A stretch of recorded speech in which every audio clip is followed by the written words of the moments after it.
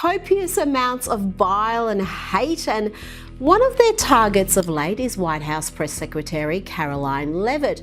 What shocking confession, Karoline Leavitt, and the context of the confession. Karoline Leavitt, as she shares a heartfelt and emotional confession about the love of her life. In this vulnerable video, Karoline opens up about her past experiences and reveals the truth about the person who holds a special place in her heart. Get ready for a raw and honest conversation that will leave you feeling inspired and moved. Watch until the end to find out who Karoline considers the love of her life. A raw, unguarded moment. A public figure, usually a pillar of composure, suddenly overwhelmed by emotion. Tears streaming, a shocking confession whispered for the whole world to hear, "He was the love of my life." This is the story that's been making the rounds online, a sensational tale about White House Press Secretary Karoline Leavitt. It paints a picture of a dramatic, tearful breakdown, a moment where the polished mask of a political pro cracks, revealing a secret, heartbreaking past. The headline alone is explosive. Karoline Leavitt cries and confirms the rumors "he was the love of my life." It hints at scandal, a hidden history, and an emotional vulnerability you just don't expect from someone in one of the most scrutinized jobs in America. It's the kind of story that gets clicks, shares, and fuels endless speculation, but what if the most explosive part of this story isn't the confession, but the fact that it never happened? What happens when a rumor gets so powerful it starts to feel true, repeated and twisted until it seems like a documented event? We're going to unpack the origins of this story. We'll trace the whispers, follow the digital breadcrumbs, and put the sensational narrative right up against the cold, hard facts. The real question here isn't why Karoline Leavitt had an emotional breakdown, but did she? We're about to deconstruct a rumor, piece by piece, and find the documented truth behind her public statements and her very public life. And as we'll find out, the truth is often way more interesting than fiction. Before we dig into the facts about Karoline Leavitt, you have to understand how a political rumor works these days. This isn't your grandmother's gossip over the fence.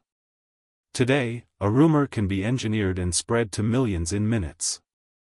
It works on a simple but very effective principle: emotion sells more than evidence. A juicy story, especially one that humanizes or scandalizes a public figure, travels way faster than a dry, factual correction. The narrative of Karoline Leavitt crying is a perfect example. Let's break it down. First, it targets someone known for her strength. As the youngest White House press secretary in history, Leavitt has built an image of being unflappable and fiercely loyal. The image of her crying is a direct shot at that persona. It suggests a crack in the armor, a moment of weakness. It's an irresistible hook because it promises a peek behind the curtain. Second, the quote itself. "He was the love of my life," is pure narrative gold. It's vague enough to mean anything. Who is he?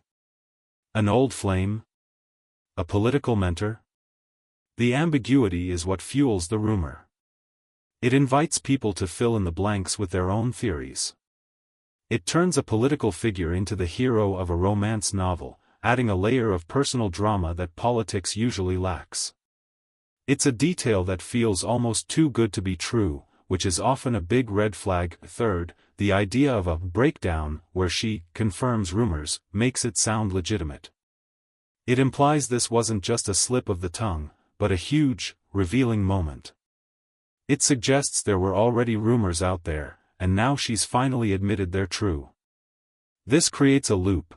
The rumor about her crying is used as proof of other rumors about a secret love affair. So, where does this stuff start? Usually, in the anonymous corners of the internet, forums, comment sections, and sketchy social media accounts. Some YouTube channels and blogs specialize in this, using clickbait titles and dramatic thumbnails to pull you in. They use phrases like "breaks in tears" or "reveals huge announcement," but are built on pure speculation, not real reporting. A single, unverified post gets picked up, rephrased, and shared.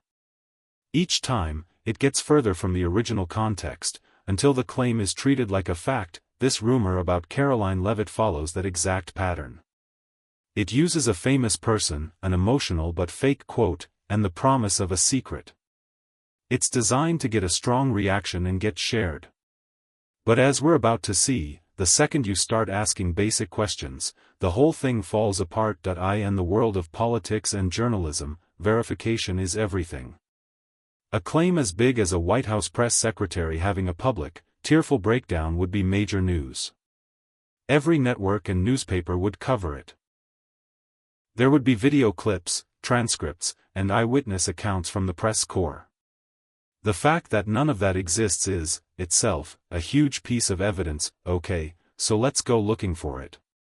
The first, most obvious step is to find the video. If Karoline Leavitt cried and said this at a press briefing or in an interview, the clip would be everywhere. A deep search of YouTube, news archives, and social media for Karoline Leavitt crying, or Leavitt emotional, turns up some interesting, but telling, results. We found a ton of videos with sensational titles, many using the exact words of the rumor, but when you actually watch them, a pattern emerges. They're just compilations of random clips, with talking heads speculating about her life or analyzing her body language in totally different situations. None of them show the actual event. There is no footage of her crying at a podium. There is no audio of her saying, "He was the love of my life." The explosive moment from the thumbnail is always missing. Instead, the videos pivot to talking about her tough job or the pressures of being a new mom. The next step is to search for the quote. That phrase, "he was the love of my life," is specific. If she said it publicly, it would be documented. An exhaustive search of news articles and interview transcripts for that exact quote from Karoline Leavitt turns up, nothing. Absolutely nothing. The quote appears, but it's from other celebrities, like Jennifer Aniston talking about Brad Pitt, or in fictional Reddit stories. It's never in a credible source connected to Leavitt. This is critical. The heart of the rumor, the very words that give it power, appear to be completely made up. Let's widen the search. Maybe it was just an exaggeration. Was there any event where she got visibly emotional? Again, the public record is silent. Reporters who cover the White House every day describe her style as confident and aggressive, not emotional. There are no credible reports of any moment that could be twisted into a breakdown.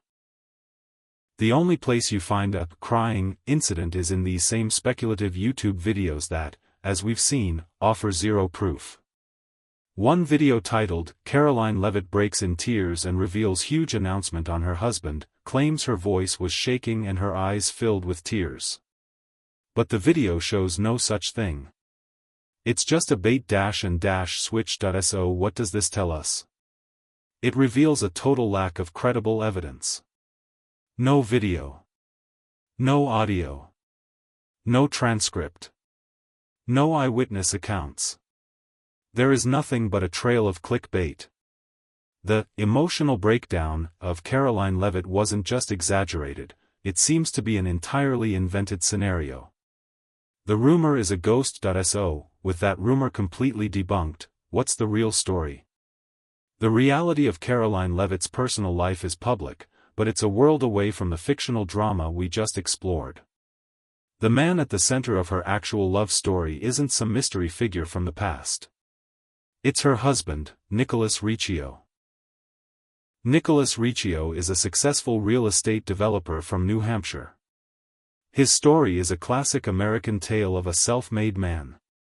He apparently faced homelessness in his youth before building a multi-million-dollar property empire, Riccio Enterprises.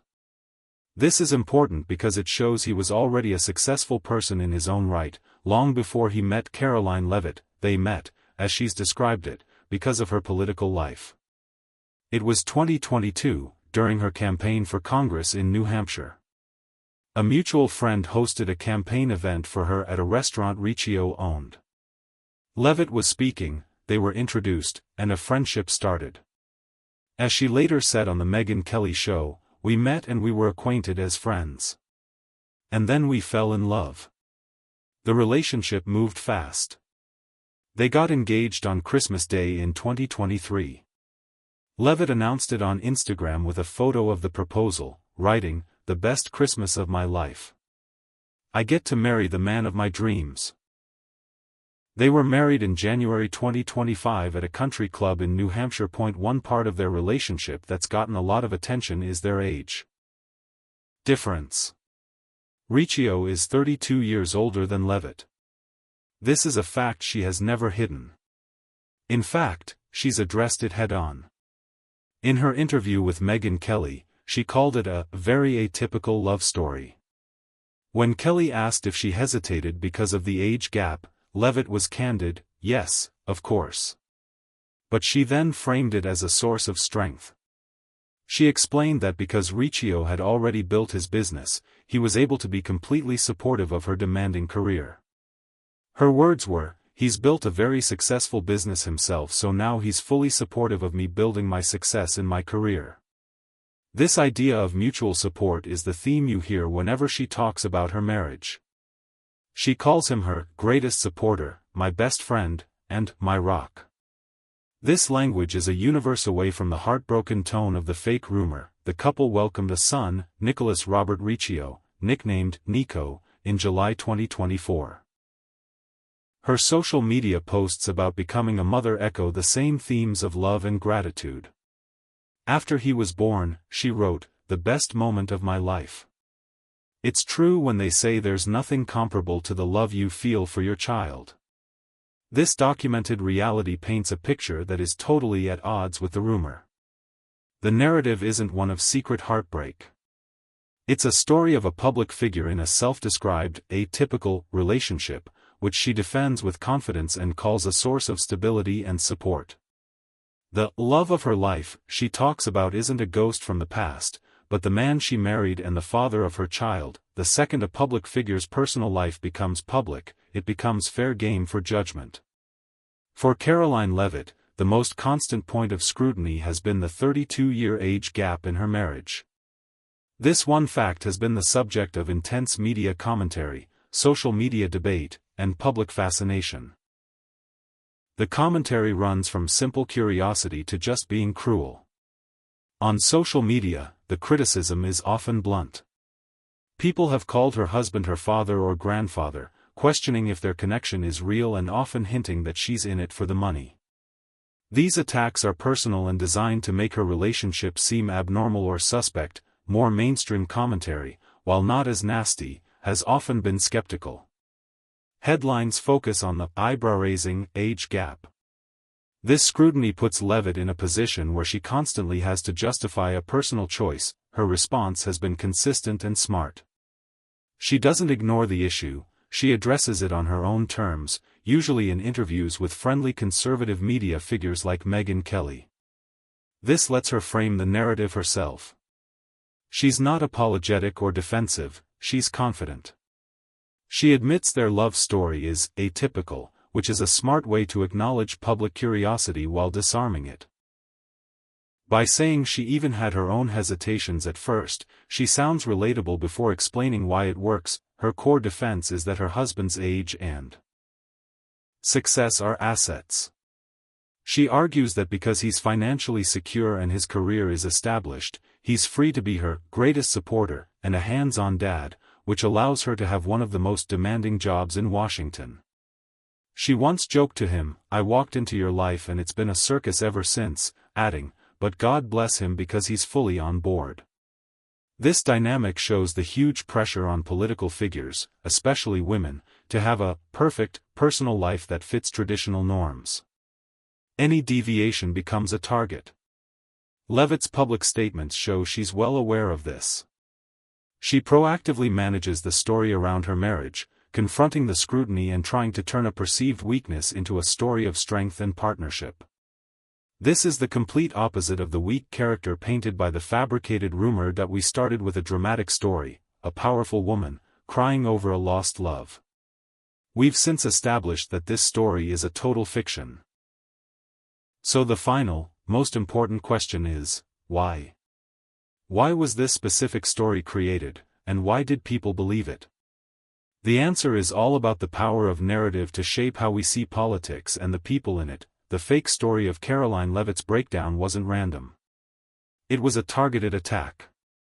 In politics, perception is everything, and a press secretary has to project strength and control. The rumor of a tearful confession is a direct assault on that image. It tries to replace the picture of a strong operative with one of an emotionally unstable woman. It's a narrative designed to weaken her. For opponents, this narrative is useful. It suggests Leavitt isn't fit for the job. It hints that her public composure is just a mask.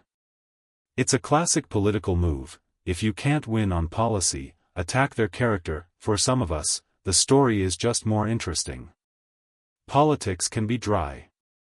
A story of secret love and heartbreak is much more compelling. It taps into universal human experiences and turns a political figure into a character in a drama. It makes you feel like you have access to a secret truth.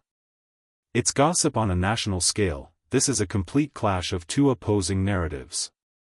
On one side, you have the fake story of weakness and emotional instability. On the other, you have the carefully managed, public story of strength, resilience, and ambition. The battle between these two stories is modern politics in a nutshell. The fact that a baseless rumor can get any traction at all is a sobering reminder of our current media environment. It shows how easily emotional appeal can beat factual accuracy, and how our desire for a good story can be stronger than our need for the truth. The story of Karoline Leavitt Crying tells us a lot more about ourselves, as consumers of media, than it does about her. It shows us that today, the most effective political attacks might not be arguments, but stories. And the most powerful lies are the ones that tell us exactly what we want to hear. The gap between rumor and reality is getting wider every day. We've seen how a completely baseless story can be planted and spread, all to shape what people think, regardless of the facts. This isn't a one-off thing, it's how our media world works now. The real question is, what's our role in it? Do we just accept the stories we're fed, or do we start questioning them? I want to know what you think. Drop a comment below. Have you seen other examples of these kinds of fake rumors about public figures? How do you tell the difference between real information and political fiction? And if you found this breakdown valuable, and if it made you think, please hit that like button and subscribe. We're committed to cutting through the noise and taking apart the narratives that shape our world, but we need your support to do it. So, we come back to where we began, the image of Karoline Leavitt, crying and confessing that he was the love of my life. After looking at all the evidence, or lack thereof, we can say with confidence that this image is a mirage. It simply does not exist in the real world. There was no breakdown. There was no confession. The quote is a ghost. What we found instead is a public record that tells a completely different story. It shows a public figure married to Nicholas Riccio, a man she openly calls her rock and greatest supporter. It shows a woman who has frankly addressed the public scrutiny about her marriage, especially the age gap, not with tears, but with a confident story of partnership. The explosive rumor is just that, a rumor.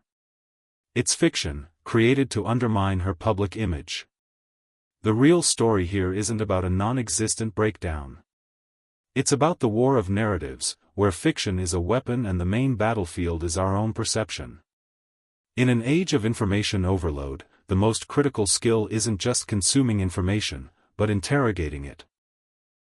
Because the line between what's real and what's just a good story is getting blurrier every day.